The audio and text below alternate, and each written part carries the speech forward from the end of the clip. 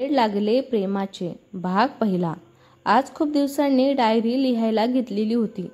काही दिवस खूप बिझी गेले। ताईचं लग्न होतं त्यामुळं कार्यक्रम होते ना। डिअर डायरी, ताईचं लग्न खूप छान झालं। सॉरी, तुझ्याकडे बघायलाही वेळ नाही मिळाला मला, पण खरंच खूप मिस केलं मी तुला। तूच तर आहेस ना जिच्यासोबत मी माझ्या मनातल्या सगळ्या शेअर करते गोष्टी। तूच तर माझी बेस्ट फ्रेंड आहेस ना। बरं, आता खूप एक्साइटमेंट सांगते तुला। मी उद्या दिल्लीला जाणार आहे। हो यस, तू पण बरोबर ऐकलंस, मी दिल्लीला चाललेली आहे। Final, I am excited. तुला तर चांगलंच माहिती आहे ना माझं ड्रीम आहे ते म्हणून। दिल्लीच्या टॉप कॉलेजमध्ये MBA करायचं आणि आता ते खरं होणारच आहे। खूप कष्ट घेतलेत मी, दिवस रात्र अभ्यास करून मी तेथे स्कॉलरशिप मिळवून ॲडमिशन मिळवलेलं आहे। कारण मम्मी डॅडा आणि दादूंनी तर मला दिल्लीला जाऊच दिलं नसतं, कारण त्यांना माहिती होतं मला त्यांच्यापासून कधीच लांब जाऊ द्यायचं नाही आहे। त्यांना खूप प्रेम करतात ना ते माझ्यावर, म्हणून। खरं तर मलाही त्रास होतोय त्यांना सोडून जाताना। खूप मिस करणार आहे मी पण त्यांना। माझे स्वप्न पूर्ण करायला मला जावंच लागणार आहे।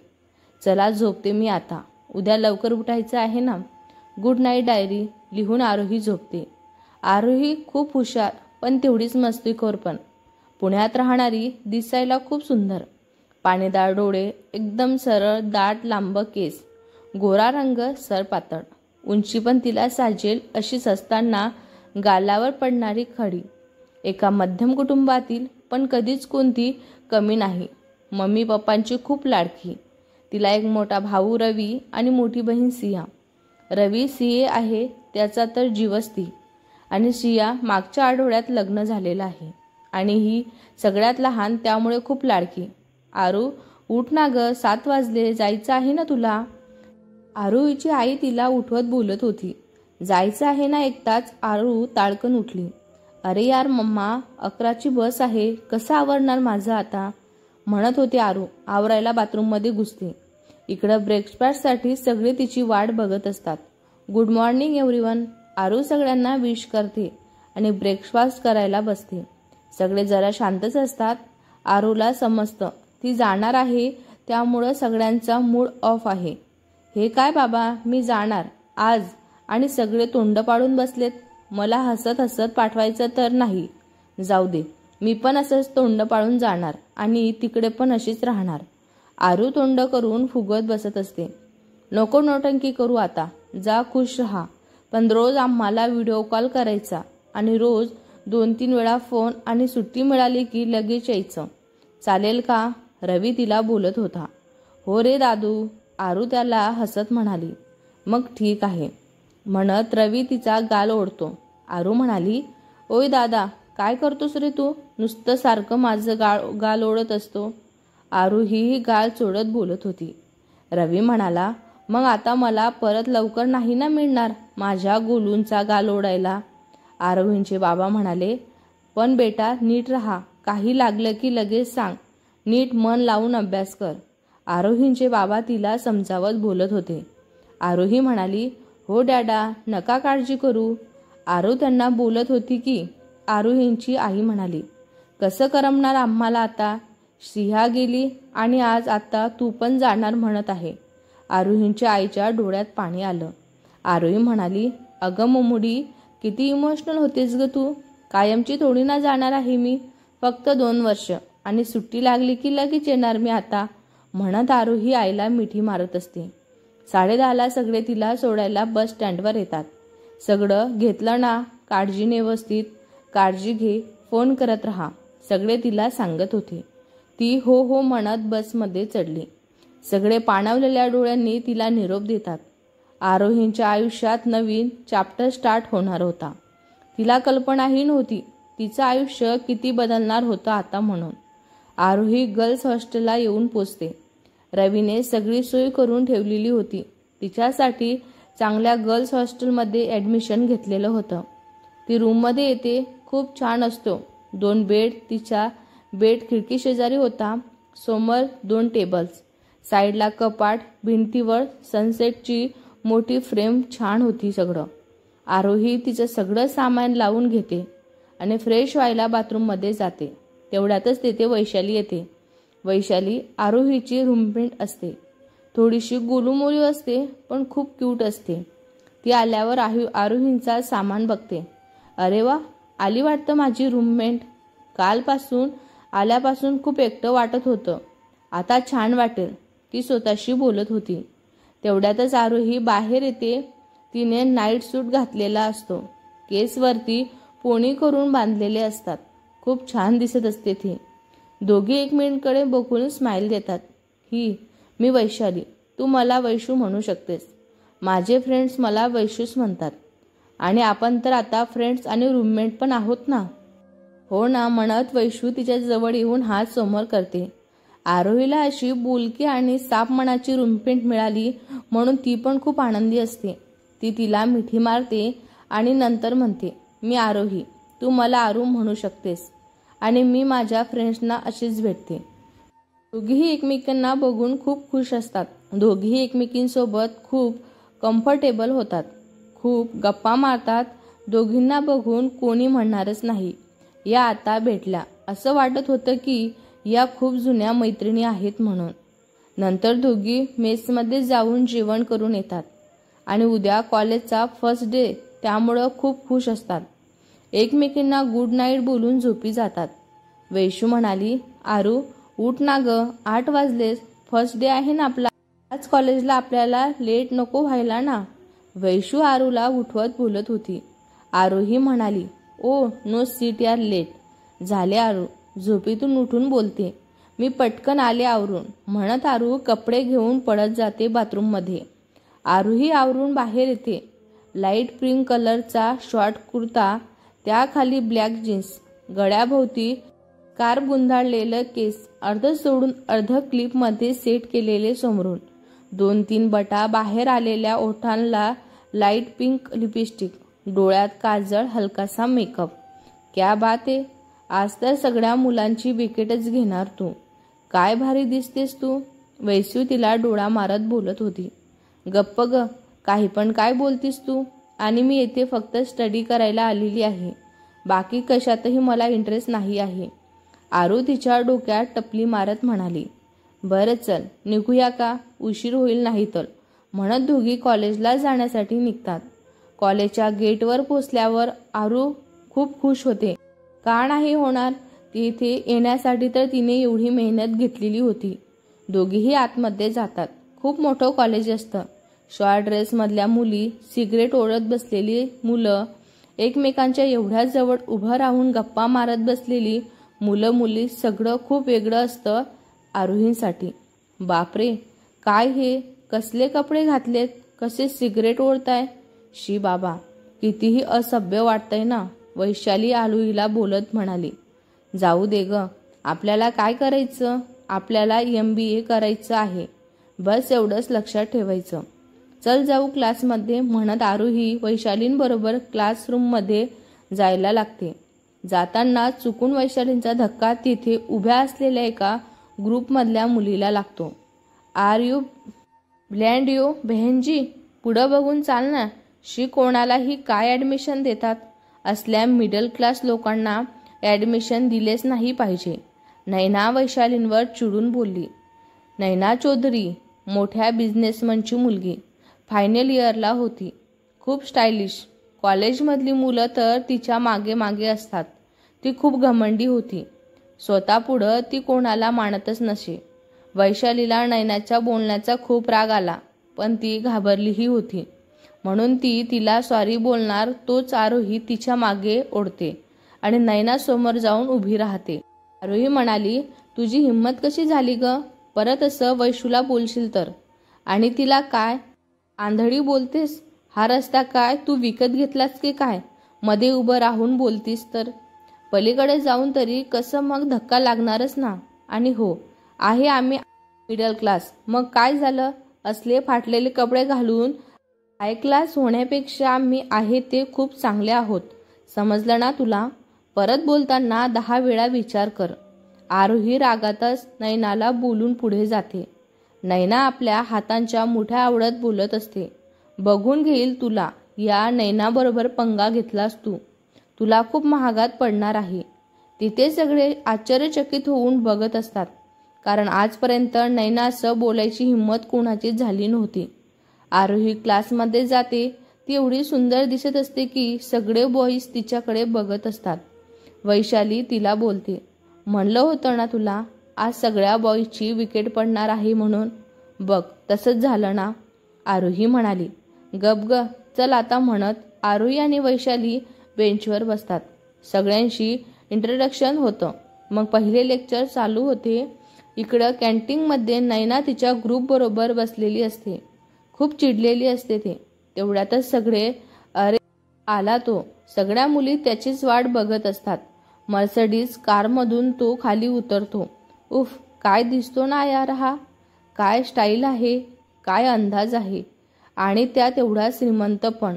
आपल्या नशिबात कुठे हा. ती नैना पागलच आहे याच्यासाठी. आणि तिच्याशी कोण घेणार पंगा. तिथल्या मुली त्यांच्याकडे बघत कुजबुज करत असतात. तोच मागून आवाज येतो, हाय अक्षय, हाऊ आर यू बडी. कशी झाली ट्रिप. अमित बोलला.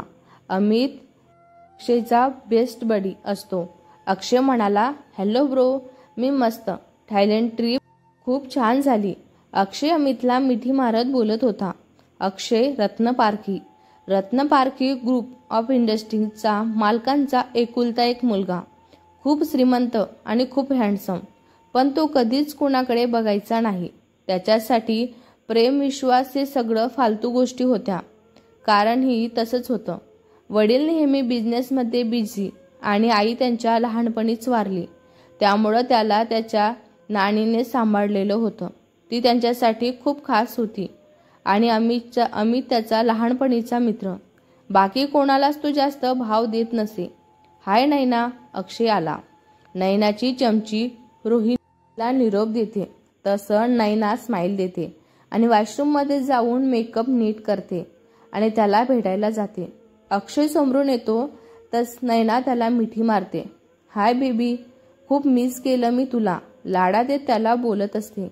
अक्षय म्हणाला, रिली बट मी नाही मिस केलं. असं पण असल्या इमोशनलसाठी मला वेळ नसतो ग. तिची मिठी सोडवत तिला दूर करत अक्षय बोलत होता आणि पुढं निघून जातो. अमित त्याच्या मागे जातो आणि जाता जाता अरे अरे बिचारी म्हणतो आणि हसतो. नैनाला खूप राग येतो, पण ती कंट्रोल करते. इकडं आरोहीच्या लेक्चर संपत नाही. आरोही म्हणाली, चल ना यार, खूप भूक लागलेली आहे. आरोही वैशालीला म्हणते, हो यार, खरंच खूप भूक लागलेली आहे. वैशाली म्हणाली, चल जाऊ ना कॅन्टीनमध्ये आपण. तसं दोघी पण कॅन्टीनमध्येच येतात. वैशाली आणि आरोही बसतात आणि काय खायचं म्हणून विचार करत असतात. आरोही म्हणाली, मी सँडविच आणि कोल्ड ड्रिंक घेणार आहे. वैशाली म्हणाली, बरं मी पण तेच. वैशाली म्हणाली, ओके मी येते घेऊन. आरोही उठते आणि जाते. आरोही काउंटरवर खायचं घेत असते. तेवढ्यातच मागे अक्षय येतो आणि सगळ्या मुली त्याच्याकडे बघायला लागतात. वैशाली पण त्याच्याकडे बघत बसते. कसला हँडसम आहे ना हा, मनातल्या मनात म्हणाली. आरोहीसाठी परफेक्ट मॅच आणि हसते. अक्षय आणि अमित आता येतात. अमित बसतो आणि अक्षय कॉफी आणायला काउंटरकडे जातो. अक्षय आरोहींच्या मागे उभा राहतो आणि आरोही पटकन मागे वळते आणि अक्षयला धडकते. तिच्या हातातली कोल्ड ड्रिंक त्याच्या अंगावर सांडते. काय हे, असा मागे का उभे राहिलास, समजत नाही का रे तुला. आरोही रागातच अक्षयकडे बघत बोलते, पण अक्षय मात्र तिच्याकडे एकटक बघत असतो. आरोही दिसतच असते एवढी सुंदर, खूप सुंदर दिसत असते ती. पहिल्यांदाच अक्षय अशा कुठल्या मुलीला बघत असतो. आरोही म्हणाली, ओ मिस्टर, मी तुमच्याशी बोलत आहे. आरोही चुटकी वाजवत अक्षयला म्हणाली. तसं अक्षय भानावर येतो. अक्षय म्हणाला, एक्सक्यूज मी मॅडम, तुमची चूक आहे ना. तुम्ही धडकला मला, मी नाही. एकतर माझे कपडे खराब केले तर केले, आणि सॉरी म्हणायचं सोडून दादागिरी करतायत का तुम्ही. अक्षय तिला रागाने बघत बोलत होता. आरोही म्हणाली, मी दादागिरी करते. मला काय मागे डोळे आहेत की काय. तुम्हीच माझ्या मागे येऊन उभे राहिलेत ना. चोर तर चोर आणि शिरचोर. आरोही रागाने बोलत होती. अक्षय म्हणाला, काय बोलल्यास तुम्ही. चोर बोलल्यास मला. How dare you. अक्षयला आता राग यायला लागला होता. आरोही म्हणाली, हो बोलली, काय करणार आहेस मग. आरोही पण काय कमी नव्हती. तेवढ्यातच अमित आणि वैशाली तेथे येतात आणि दोघांना समजवू लागतात आणि सॉरी बोलून तिथून निघून जातात. वैशाली आरोहीला नेते आणि अमित अक्षयला. पण दोघेही परत मागे वळून एकमेकांना पाहतात आणि रागाचा लूक देतात. आरोही आणि वैशाली रूमवर येतात. आरोही घरी फोन करते, सगळ्यांशी बोलते. खूप बरं वाटत आहे तिला. थोडं स्टडी करून मग जेवण करतात आणि वैशाली झोपी जाते. तर आरोही तिची डायरी काढते आणि लिहायला स्टार्ट करते. डिअर डायरी, आज पहिला दिवस होता माझा कॉलेजमध्ये. सगळं खूप छान आहे. खूप आवडलं कॉलेज. पण तुला खरं सांगू का, मला ना खूप वेगळं वाटत होतं. कोणी कोणाचं विचारच करत नाही. सगळे आपल्यामध्येच राहतात. पण काही असो, वैशाली खूप छान आहे. माझी खूप चांगली मैत्री झालेली आहे.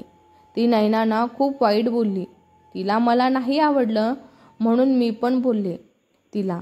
तुला तर माहीत आहे ना, माझ्या जवळच्या माणसांना त्रास झालेला मला नाही बघवत म्हणून. आणि नंतर कॅन्टीनमध्ये तो मुलगा स्वतःला काय समजत होता काय माहिती. चुकी त्याची आणि मलाच बोलत होता. असो, मी पण त्याला ऐकवलं. वैशालीमध्ये पडली नसते ना, तर मग त्याला दाखवलंच असतं आरोही काय चीज आहे म्हणून. पण जाऊ दे, वाचला तो. पण एक सांगू का, काहीतरी वेगळं होतं त्याच्या डोळ्यामध्ये. असा वाटत होता एक मुखवटा घेऊन आहे तो. खूप काही दडलं आहे त्याच्या डोळ्यामध्ये. पण काय, जाऊ देत. मी पण काय एवढा विचार करत बसली. चल झोपते मी आता. खूप दमलेली आहे ना. उद्या परत भेटूया.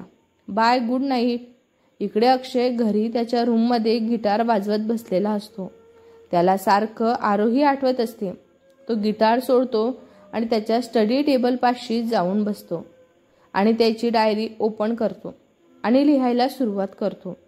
डिअर डायरी, तुला माझ्या मनातलं सगळं माहीतच आहे काय चालू आहे ते. म्हणून मी लहानपणापासूनच तुलाच तर सगळं सांगत असतो ना. तुझ्याशिवाय दुसरं आहे तरी कोण माझं ऐकायला. आज थायलंडवरून येऊन 1 आठवडा झालेला आहे. बट नेहमीप्रमाणे डॅडाला माहिती नसेल मी आलेलो आहो की नाही. त्यांच्याकडे कुठं वेळ आहे माझ्यासाठी. आज एक गोष्ट घडली, तुला सांगावीशी वाटत आहे मला. आज कॅन्टीनमध्ये तिला धडकलो मी. मला तिचं नाव नाही माहिती, पण माझ्या लाईफमध्ये पहिली अशी मुलगी बघितली जिने माझ्यात इंटरेस्ट दाखवला नाही. तिला मी कोण किती श्रीमंत याचा काहीच फरक पडलेला नाही. असं वाटत होतं तिच्या डोळ्यात हरवून जावं. खूप निरागस आणि बोलके डोळे होते तिचे. एनिवे, काही असलं तरी खूप खडूस मुलगी होती ती. स्वतःला काय समजते काय माहिती. जाऊ दे ना, मी पण काय विचार करत बसलोय.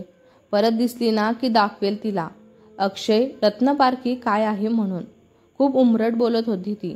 चला झोपतो मी आता. Good night. अक्षय आणि आरोही एकमेकांचा विचार करत झोपी गेले होते.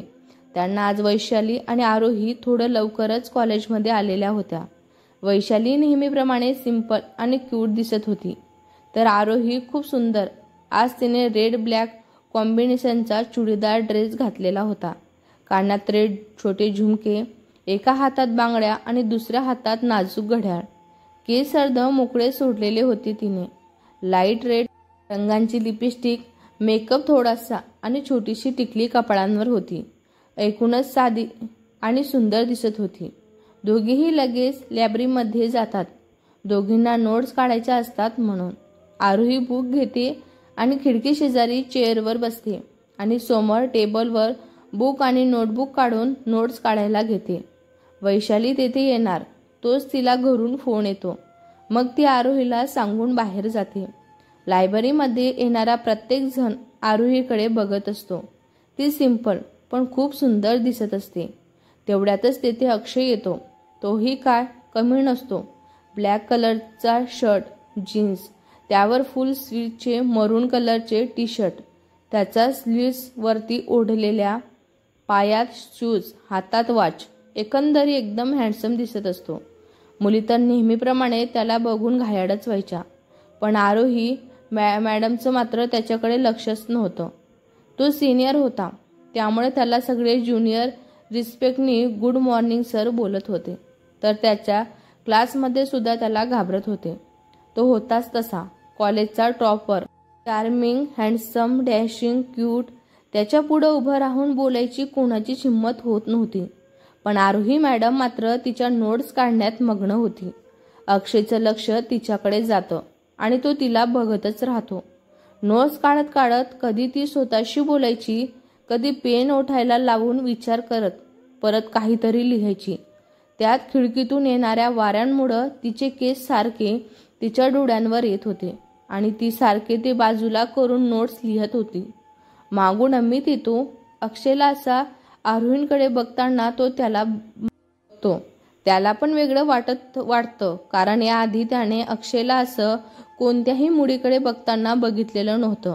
तो असा कधीच कोणत्या मुलींकडे बघायचा नाही. हे ब्लडी, काय झालं? अमित त्याच्या खांद्यांवर हात ठेवत बोलत होता. अक्षय भानावर येतो आणि म्हणाला, काही नाही रे, मी आलोच जरा आणि आरोहीच्या टेबलपाशी जातो. अक्षय म्हणाला, हॅलो मिस खडूस. अक्षय बोलतो तसं आरोही वरती बघते. ओ हॅलो मिस्टर खडूस. आरोही त्याच्याकडे बघत म्हणाली, हे बघ, माझं नाव अक्षय आहे, समजलं ना? सो आजपासून अक्षय सर म्हणायचं. सिनियर आहे मी तुझा. अक्षय रागात तिला बोलत होता. आरोही म्हणाली, हो का, मग माझं पण नाव खडूस नाही आहे, आरोही आहे, समजलं ना? अक्षय थोडा हसाला. आरोही म्हणाली, हसायला काय झालं? मी काय जोक्स केला की काय? अक्षय म्हणाला, नाही, पण तुझ्याकडे बघून हसायलाच येतं. त्याला मी तरी काय करणार? एवढं स्टुपिड कोणी कसं असू शकतं बरं? अक्षय तिला चिडवत बोलत होता. आरोही म्हणाली, बघा मिस्टर सिनियर, मला काही पण बोलायचं नाही आहे तुमच्यासोबत. तेवढ्यातच वैशाली तेथे येते. अमित आणि वैशाली डोक्याला हात लावत बोलत असतात. अरे यार, परत भांडायला लागले का हे आज? आणि त्यांच्या जवळ जातात. वैशाली म्हणाली, आरोही काय ग, लायब्ररीत आहे आपण, भांडत का बसलेली आहेस तू? अक्षय, काय भांडतोय, चल इथून. अमित अक्षयला बोलतो. दोघे त्यांना घेऊन जातात. नैनाची कॉलेजमध्ये एंट्री होते. ती अक्षयला शोधत असते. तिचा चमचा तिला आरोही आणि अक्षयच्या लायब्ररीमधलं भांडण सांगत असतात. खूप शहाणी समजते नाही स्वतःला. माझ्या अक्षयला त्रास दिला का तिने? आता तर तिला सोडणारच नाही मी. असं पण माझा बदला घ्यायचा आहेच ना मला. नैना काहीतरी प्लॅन करत बोलत असते. असेच 2 महिने जातात. आरोही आणि अक्षय भांडत असतात, पण आता दोघांनाही एकमेकांसोबत भांडल्याशिवाय करमत नसते. तर नैनाला अक्षयचं आणि आरोहींचं बरं सारखं बोलणं आवडत नसतं. तिला खूप राग यायचा. अक्षय तिला इग्नोर करायचा आणि आरोही दिसली की गालातल्या गालात स्माईल द्यायचा. तो नकळत आरोहीच्याच जवळ जात होता. आरोही दिसली नाही की त्याला काही सुचत नसे. त्याला करमत नव्हतं. सारखा तिचा विचार करायचा. आरोहीला पण अक्षय दिसला नाही की तिला पण खूप कसं तरी वाटत होतं. आज आरोही खूप खुश होती. तिने डायरी काढली आणि लिहायला स्टार्ट केलं. डिअर डायरी, आजचा दिवस खूप छान गेला. तुला माहीत आहे का, मला आज प्रोजेक्टसाठी A+ मिळालेला आहे. खूप कौतुक केलं सगळ्यांनी माझं. मला खूप आनंद झाला. खरं तर या श्रेय मी सगळं अक्षयलाच जातं. त्याने खूप हेल्प केली मला प्रोजेक्टसाठी. ॲक्च्युली तो अमितजवळ नोट्स पाठवायचा. प्रोजेक्टच्या स्वतःहून कधीच त्याने दिल्या नाहीत. खूप खडूस आहे ना तो. इतका चांगला आहे, पण क्रेडिट घ्यायचा नसतं त्याला. खूप वेगळा आहे तो. मी काही न सांगताच त्याला सगळं समजत होतं. कसं काय माहिती. आज त्याला लागलं हाताला, पण मला का त्रास झाला याचं मला काही कळालंच नाही. खूप काळजी वाटत होती मला त्याची. आरोही बास आता. जास्त नको विचार करूस. आता भेटला ना की त्याला थँक्यू म्हणणार आणि सरळ सांगणार. फ्रेंडशिपसाठी विचारणार मी त्याला. तर काय स्वतःहून बोलणार नाही. तो समोर असला की सगळं परफेक्ट वाटतं. असो, उद्याच बोलते मी त्याच्याबरोबर. झोपते मी आता. Good night. इकडं अक्षयची ही आरोहींचा विचार करत असतो. तो त्याची डायरी ओपन करतो आणि लिहायला घेतो. डिअर डायरी, आजपर्यंत असं कधीच नाही झालं. मी का तिच्याकडे एवढा ओढला जातोय. कधीच कोणाबद्दल एवढा विचार करत नव्हतो ग मी. पण आता काय झालं काही कळत नाही. ती दिसली नाही की बेचैन होतं.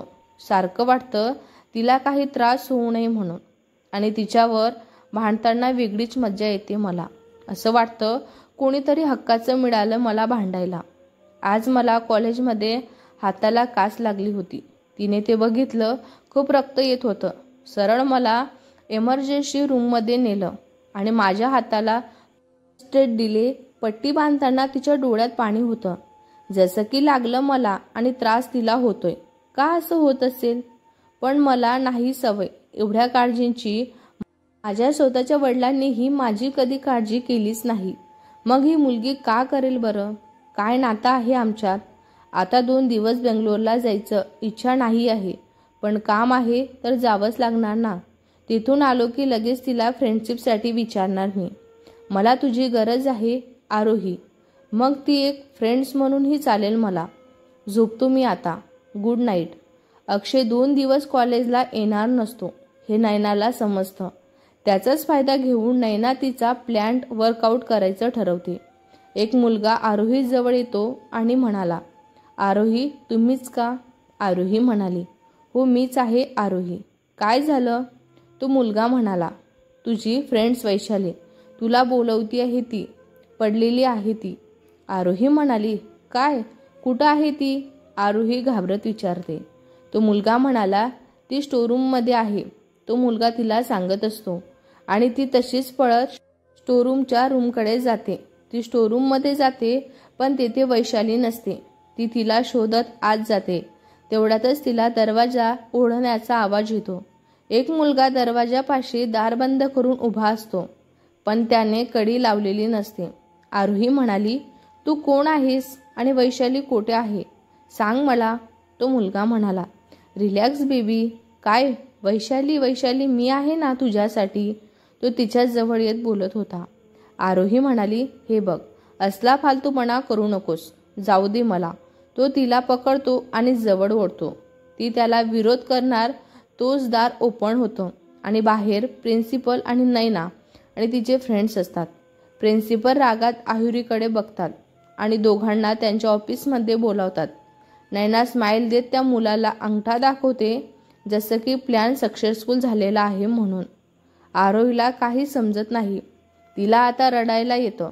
ती धावतच प्रिन्सिपल सरांच्या ऑफिसमध्ये जाते. तो मुलगा पण जातो. ती काही बोलणारच तो मुलगा बोलतो, सर हिनेच बोलावलं मला. तेथे विचारा कोणाला पण. आधी ती गेलेली होती तेथे, मग मी गेलो मागून. सर माझा दोष नाही आहे काहीच. आरोही म्हणाली. आरोही त्यांच्याकडे रागाने बघते व बोलते, सर खोटं बोलतोय हा. मी काहीच केलं नाही. उलट तोच आला आणि इनफ इज इनफ. मिस आरोही तुम्ही एवढ्या हुशार आणि असलं काम केलं तुम्ही. Same on you. 2 दिवस आहेत तुमच्याकडे. तुम्ही निर्दोष आहात हे सिद्ध करा, नाहीतर 3ऱ्या दिवशी तुम्हाला कॉलेज सोडावं लागणार आहे. जाऊ शकता तुम्ही आता, म्हणत प्रिन्सिपल रागाने त्यांना जायला सांगतात. आरोही रडत बाहेर येते. तिला काय करावं ते समजत नाही. सगळे तिच्याकडे वेगळ्याच नजरेने बघत असतात. ती पळत जाऊन गार्डनमध्ये जाते आणि तेथेच बेंचवर बसून खूप रडत बसते. तो मुलगा म्हणाला, हॅलो मिस आरोही, कसा वाटला माझं ॲक्टिंग? तो मुलगा तिच्या समोर येऊन उभा राहतो. आरोही म्हणाली. आरोही त्याच्याकडे रागाने बघते. का असं केलंस तू माझ्याबरोबर? मी काय बिघडवलं होतं तुझं? प्लीज सरांना सगळं खरं सांग. मी हात जोडते तुझे. हॅलो बिचारी, आता कसं वाटतंय सांगितलं होतं ना. नयनाबरोबर पंगा महागात पडेल म्हणून. आता भोग आपल्या कर्मांची फळं. मागून नयना हसत येत बोलत होती. आरोही म्हणाली, म्हणजे हे सगळं तू केलंस का? प्लीज नयना, प्लीज माझी लाईफ डिस्टर्ब करू नकोस. माझं खूप ड्रीम आहे ग. तुझ्यासाठी हे सगळं गेम असेल, पण माझ्यासाठी माझं पूर्ण आयुष्य आहे. प्लीज असं करू नको. आरोही रडत नयनासमोर हात जोडून बोलत असते. नयना म्हणाली, असलं नोटंकी करू नकोस. असं पण तुला आता जावंच लागणार आहे कॉलेज सोडून. नयनाबरोबर पंगा म्हणून तर घ्यायचा नसतो ना. तुला सांगितलं तर कळत नाही. नयना हसते आणि तिथून निघून जाते. इकडं रूमवर वैशाली तिचा वेट करत असते. आरोही रूमवर येते. वैशाली तिला बघून तिच्या जवळ जात बोलत असते, कुठं होतीस तू? मला रूमवर बोलावलंस कधी म्हणजे, आणि स्वतः आता आलीस? आरोही म्हणाली. मी तुला खळखळत म्हणाली. वैशाली म्हणाली, अरे तूच तर त्या मुलाला मला निरोप द्यायला सांगितला होतास ना, की रूमवर तू माझी वाट बघत आहे म्हणून, महत्त्वाचे काम आहे म्हणून. आरोहीला हे ऐकून शॉक बसतो, पण लगेच तिच्या लक्षात येतं हा सगळा नयनाचा प्लॅन होता म्हणून. ती पळत येऊन वैशालीला मिठी मारते आणि खूप रडू लागते. वैशाली म्हणाली, काय झालं, का रडतीस तू? आरू वैशालीला आता टेन्शन येत होतं. ती आरोहीला शांत करते आणि बेडवर बसवते आणि पाणी देते तिला.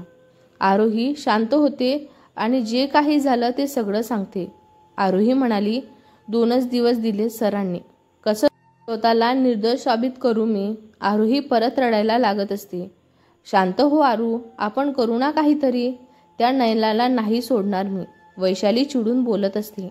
वैशाली तिला जेवायला चल म्हणत असते, पण आरोही जात नाही. वैशाली पण ती नाही म्हणून स्वतः पण नाही जाणार असते, पण आरोही जबरदस्तीने तिला पाठवते जेवणासाठी.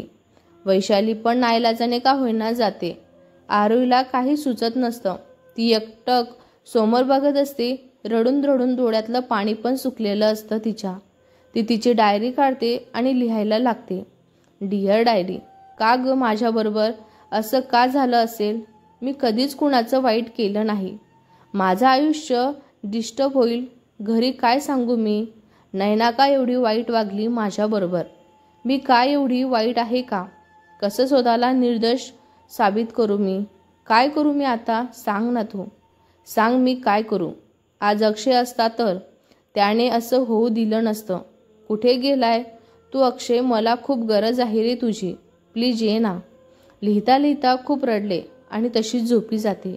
वैशाली रूममध्ये येते. आरोहीला झोपलेलं बघून तिच्या जवळ जाते. तिच्या डोक्यांवरून हात फिरवते आणि तिच्या अंगांवर पांघरून घालते. ती पण झोपते. मग एक दिवस असंच निघून जातो. आरोही आणि वैशाली हताश होतात. काही केलं तरी त्यांना काही प्रूफ मिळत नाही. अखेर दुसरा दिवस येतो. आज आरोहीला समजतं आपण हरलेलो आहोत म्हणून. मी स्वतःच्या मनाला तयार करून शेवटचं कॉलेजमध्ये जाते. सगळे तिच्याकडे विचित्र नजरेने बघत असतात. खूप त्रास होतो तिला. ती प्रिन्सिपल सरांच्या केबिनमध्ये जाते. प्रूफ नसल्या कारणाने सर तिला कॉलेज सोडायला सांगतात आणि ती काहीच बोलत नाही. ती तशीच बाहेर येते. ती शेवटचं कॉलेजला बघते आणि निघणार, तोच मागून आवाज येतो, थांब आरोही. ती पाठीमागे बघते तर अक्षय आणि अमित असतात मागे. तिला अक्षयला बघून खूप बरं वाटतं आणि तिला एकदम रडायलाही येतं. अक्षय तिच्या जवळ जातो, तिचे डोळे पुसतो आणि म्हणतो, कुठेही जाणार नाही आहे तू. आरोही म्हणाली, पण मी स्वतःला निर्दोष नाही सिद्ध करू शकले अक्षय, मला जावंच लागणार आहे. अक्षय म्हणाला, कोण म्हणलं तुला की तू निर्दोष सिद्ध नाही करू शकली म्हणून? पुरावे पाहिजे ना, आहेत ना माझ्याकडे. तू कशाला टेन्शन घेती? तो प्रिन्सिपल सरांना बोलावतो. प्रिन्सिपल म्हणाले, काय चाललंय आणि तू अजून इथेच का आहेस? अक्षय म्हणाला, सर आरोही निर्दोष आहे आणि मी हे सिद्ध करू शकतो. अमित घेऊन ये रे त्याला. अमित त्याच मुलाला घेऊन येतो ज्याने आरोही आणि वैशालीला खोटे निरोप दिलेले असतात. आरोही म्हणाली, हाच तो ज्याने मला सांगितलं वैशाली स्टोरूममध्ये पडलेली आहे म्हणून. आरोही त्याच्याकडे बोट करत बोलत होती. तो मुलगा म्हणाला, मला माफ करा, मी नयनाच्या सांगण्यावरून केलं हे सगळं. तो हात जोडत बोलत होता. नयना म्हणाली, खोटं बोलतोय हा, मी का असं करायला सांगेल त्याला? नयना त्याच्याकडे डोळे मोठे करून बोलत होती. अक्षय म्हणाला, ठीक आहे मग, आता तूच बघ कोणी केलं हे सगळं म्हणून. म्हणत अक्षय एक क्लिप दाखवतो. त्यात नयनाची ग्रुप आणि तो मुलगा प्लॅन करत असतात. सगळं हे बघून नयना शॉकच होते. तिला काय बोलावं सुचत नाही. अक्षय म्हणाला, आता तुला प्रश्न पडला असेल, मला हे सगळं कसं कळालं, कुठे मिळाली ही क्लिप? तर आता ऐक. काल रात्रीच मी बेंगलोरमधून आलेलो होतो. रात्री अमित आणि वैशाली मला भेटायला आलेले होते. 2 दिवस जे जे झालं ते सगळं सांगितलं. माझ्या फोनला रेंज नव्हती, त्यामुळे ते झालं तेव्हाच. मी फोन करू शकलो नाही. मला डाऊट होताच तू केलं असणार हे सगळं म्हणून, कारण तुला आरोही आवडत नाही ना, हे मलाही माहीतच होतं. मग आम्ही या मुलाला ताब्यात घेतलं, त्याला धमकावलं, मग त्याने खरं काय ते सांगितलं आम्हाला. आणि ही क्लिप मला तुझ्याच एका ग्रुप मेंबरने दिली, कारण मी त्याला आधी सांगितलं होतं तू जर काय आरोही विरोधात केलेलं असेल तर सगळं मला समजलं पाहिजे, कारण मला माहिती होती आरोहीला इथून बाहेर काढण्यासाठी तू काहीही करशील म्हणून. लहानपणापासून ओळखतो तुला मी, तू कशी आहेस, काय आहेस, चांगलं माहिती आहे मला.